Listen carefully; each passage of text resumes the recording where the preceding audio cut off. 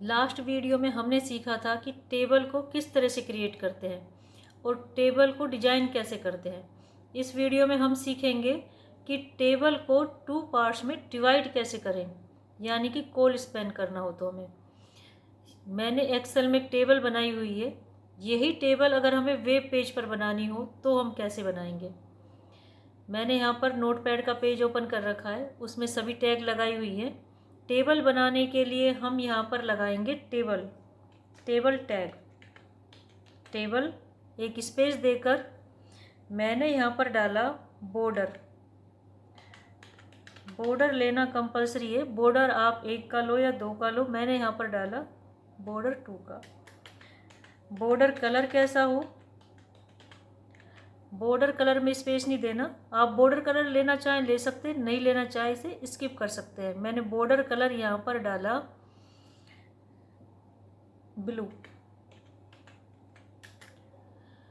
और टेबल के बैकग्राउंड का कलर कैसा हो वो आप ले सकते हैं, नहीं लेना चाहे मैंने इसको स्किप कर दिया। ठीक है, अलाइन डालेंगे इसका।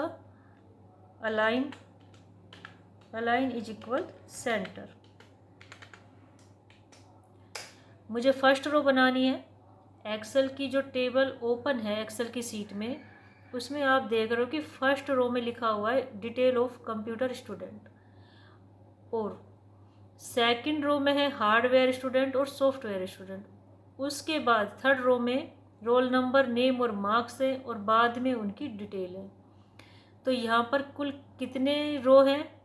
5 रो है, और कॉलम कितने हैं? 6 कॉलम है। तो जो फर्स्ट रो बनाई हुई है डिटेल ऑफ कंप्यूटर स्टूडेंट, वो 6 कॉलम को मर्ज करके एक रो बनाई हुई है। तो यहाँ पर हम फर्स्ट रो बनाने के लिए टैग लगाएंगे TR, और TR को मैंने क्लोज किया। अब फर्स्ट रो हमारी एक टेबल हेडिंग की तरह होनी चाहिए, तो उसके लिए हम यूज करेंगे TH का। और साथ ही यहाँ पर 6 कॉलम को मर्ज किया हुआ है, तो उसके लिए हम यहाँ पर डालेंगे कोल स्पैन। मर्ज करने के लिए कॉलम को यूज करते हैं कोल स्पैन का। कोल स्पैन इज इक्वल 6। अगर 6 कॉलम को मर्ज कर रहे हो तो 6 लिखोगे, 4 कॉलम को मर्ज कर रहे हो तो आप 4 लिखोगे। मैंने यहाँ पर डाला कोल स्पैन इज इक्वल 6। और फिर उसके बाद मुझे यहाँ पर टाइप करना है डिटेल ऑफ कंप्यूटर स्टूडेंट, और इसके साथ ही हम यहाँ पर स्लैश के साथ TH को क्लोज कर देंगे। और साथ ही ये रो कंप्लीट हो गई, तो हम इस रो को भी क्लोज कर देते हैं। नेक्स्ट रो के लिए हम फिर से TR स्टार्ट करेंगे, और इस रो में ये भी एक हेडिंग की तरह है हार्डवेयर स्टूडेंट, तो यहाँ पर भी हम TH का यूज करेंगे। और यहाँ पर कोल स्पैन इज इक्वल 3 कॉलम को मिलाकर एक कॉलम बनाया हुआ है, तो हम यहाँ पर डालेंगे कोल स्पैन 3। और मैंने यहाँ पर डाला हार्डवेयर स्टूडेंट। TH को क्लोज किया।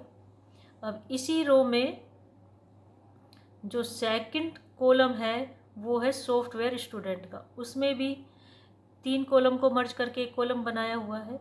आप यहाँ पर एक बात नोटिस करना, आप कोई भी वर्ड स्मॉल लेटर में लिखा कैपिटल लेटर में कोई फ़र्क नहीं पड़ता। ठीक है, मैंने सेकंड डाटा के लिए फिर से TH यूज किया, और यहाँ पर मैंने डाला कोल स्पैन इज इक्वल 3। और ये है आपका सॉफ्टवेयर स्टूडेंट, और यहाँ पर मैंने TH को क्लोज कर दिया। इसी के साथ ये रो कंप्लीट हो गई, तो मैंने यहाँ पर TR को भी क्लोज कर दिया। इस फाइल को मैंने सेव किया हुआ है, एक बार ओपन करके देख लेते हैं।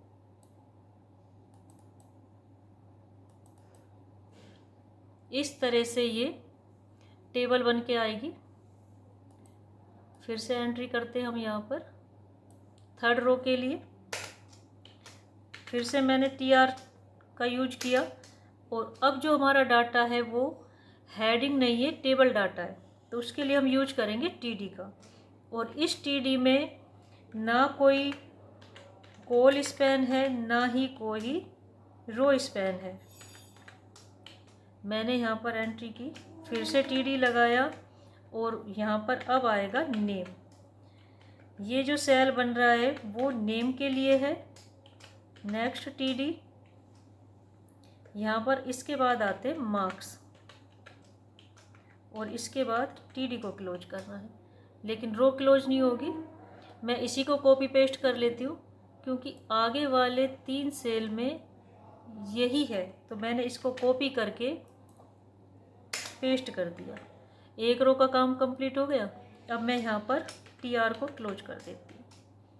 TR को क्लोज कर दिया मैंने। अब नेक्स्ट रो बनाते हैं, उसके लिए फिर से TR लगाया और यहाँ पर भी हम TD लगाएंगे। TD, इस TD में मैंने डाला 101, TD को क्लोज किया और इस सेल में आएगा नेम।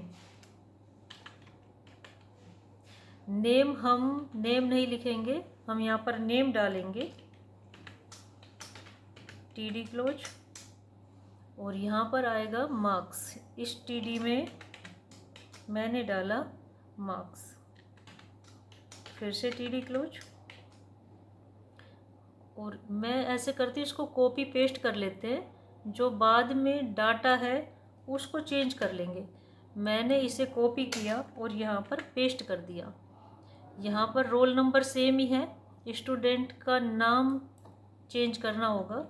मैंने यहाँ पर डाला नेम और उसके मार्क्स हैं वो मार्क्स चेंज कर दिए यहाँ पर।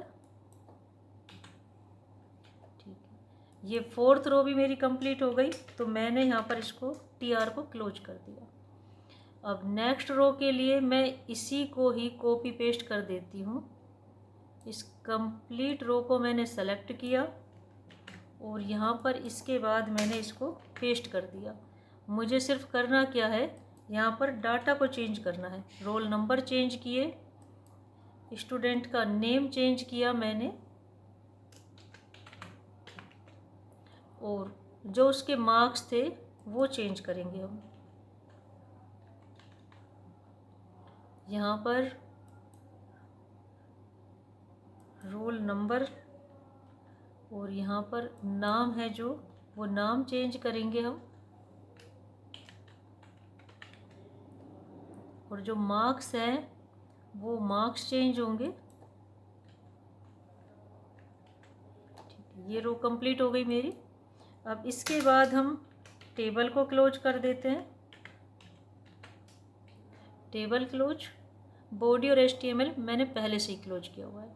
अच्छा, आप यहाँ देख रहे हैं कि फर्स्ट रो में कलर किया हुआ है, तो हमें अगर रो में कलर करना है तो हम यहाँ फर्स्ट TR में यहाँ पर लिखेंगे BG colour. BG colour is equal light blue.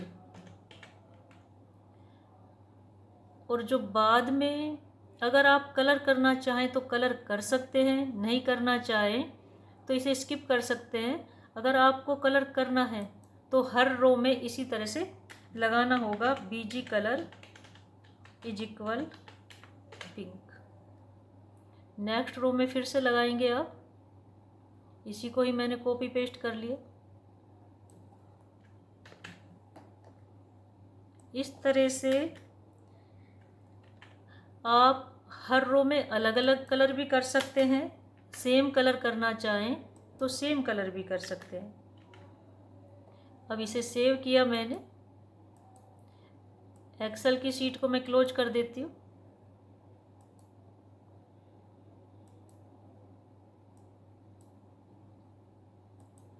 और अपनी फाइल को ओपन करके देखते हैं। आप देख रहे हो कि जैसी टेबल हमने एक्सेल में बनाई हुई थी उसी तरह की टेबल हमारे यहाँ वेब पेज पर बनकर तैयार हो गई है।